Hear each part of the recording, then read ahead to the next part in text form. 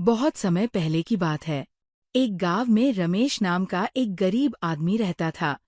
वह दिन रात मेहनत करता, लेकिन फिर भी उसकी गरीबी दूर नहीं होती थी।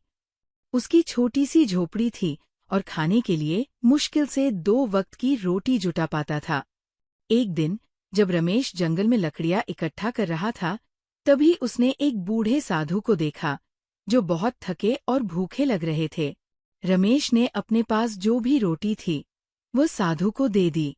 साधु बहुत प्रसन्न हुए और उन्होंने अपनी झोली से एक छोटी टोकरी निकालकर रमेश को दे दी। साधु बोले, ये कोई साधारण टोकरी नहीं है। जब भी तुम्हें भूख लगे, बस इसमें झाँको और जो भी भोजन चाहोगे, वह इसमें प्रकट हो जाएगा। लेकिन याद रखना, इस टोकरी का कभी दुरुपयोग मत करना। रमेश बहुत खुश हुआ और घर आकर उसने टोकरी में झांका। जैसे ही उसने सोचा, काश मुझे गरम गरम रोटी और सब्जी मिल जाए, तुरंत ही टोकरी में स्वादिष्ट भोजन प्रकट हो गया।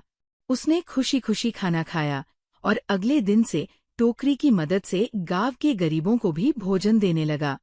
धीरे धीरे गांव में ये बात फैल गई कि रमेश के पास एक जादुई टोकरी है। जब गांव के लालची मुखिया को इसका पता चला, तो उसने रमेश को बुलाया और टोकरी के बारे में पूछा। मुखिया ने चालाकी से टोकरी छीन ली और अपने घर ले गया। उसने टोकरी में झांका और सोने चांदी की कामना की। लेकिन साधु की चेतावनी को भूलकर उसने टोकरी का लालच में दुरुपयोग किया। अचानक टोकरी से भोजन के बजाय सांप और बिच्छू निकलने लगे, जिससे मुखिया बुरी तरह डर गया।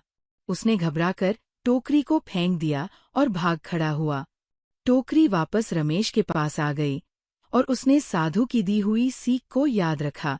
वह टोकरी की मदद से गांव के गरीबों की सेवा करता रहा और सबको भोजन कराता रहा। धीरे धीरे उसकी ईमानदारी और मेहनत का फल मिला और वह संपन्न हो गया। इस कहानी से हमें ये सीखने को मिलता है कि सच्ची सेवा और दयालुता का सदा फल मिलता है, जबकि लालच का अंत बुरा ही होता है।